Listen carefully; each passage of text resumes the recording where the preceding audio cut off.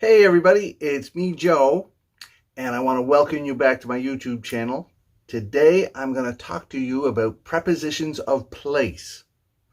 In, at, and on. All right? A lot of students have trouble with these because they're about the hardest things to learn in English. But I'm going to give you a couple of hints about how to remember some of them because there's hundreds and hundreds. I can't do them all. But I'll give you some basic ideas of how to use in, at, and on. All right? Before we do that, I want to remind you to subscribe to my channel and hit that little bell down below so you can learn when I post another video, because you want to be the first. All right?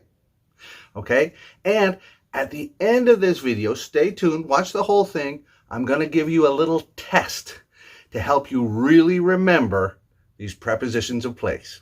Okay?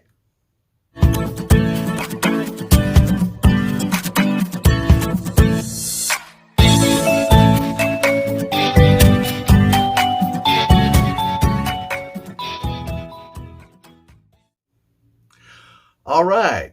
The first preposition of place I want to talk about is at.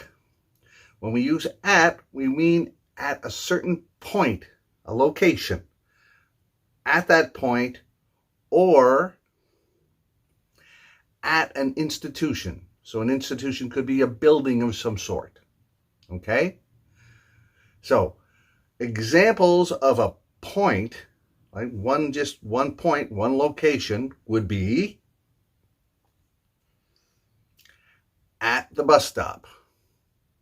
All right? At the corner.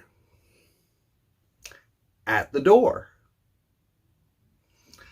At the bottom of the page. If you're reading a book or looking at a page, at the bottom of the page. At the end of the road. At the entrance. I will meet you at the entrance. At the front desk. Now for some institutions. At school, at work, at home,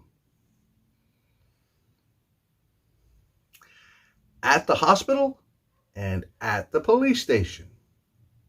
Okay? So can you see how all of those are more like locations, just points, just one point, or institutions? Let's go on to the next one. The next word is in. And we use in for an enclosed place or a geographical location. So an enclosed place means something that perhaps has borders around it or walls or some kind of limits. And geographical location has to do with cities and countries and regions. Okay, so we could say in the garden, in a box,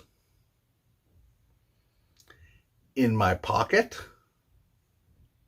in my wallet,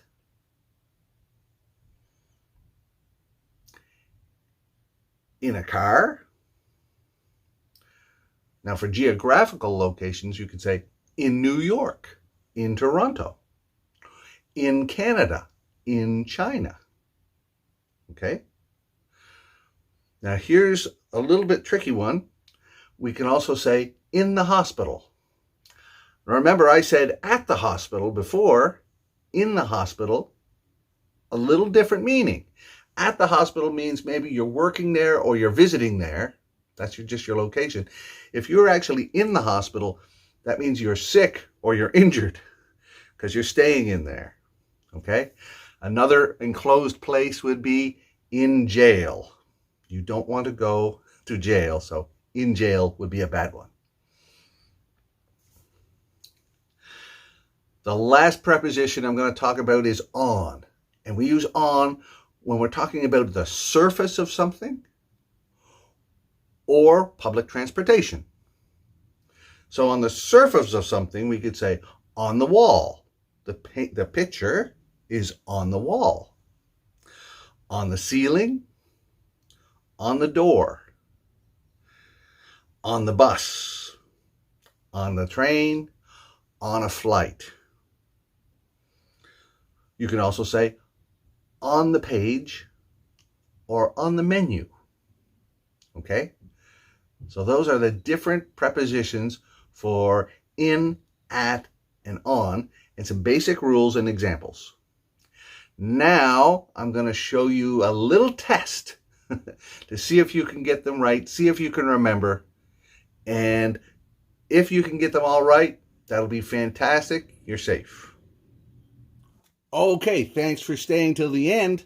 Here is the little preposition test that I promised you. What do you think the answers are to these things? So the first one is the bus. What do you think the answer is to that?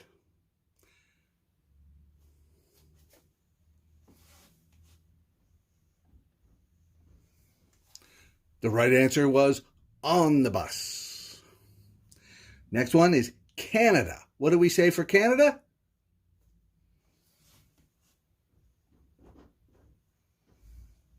We say in Canada. All right. The police station. What will we say for that? The right answer is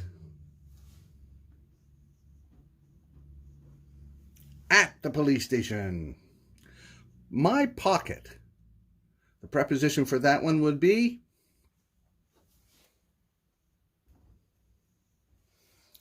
in my pocket. The wall. We want to say on the wall.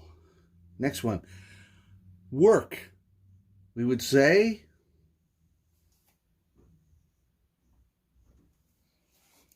at work. Last one. Jail.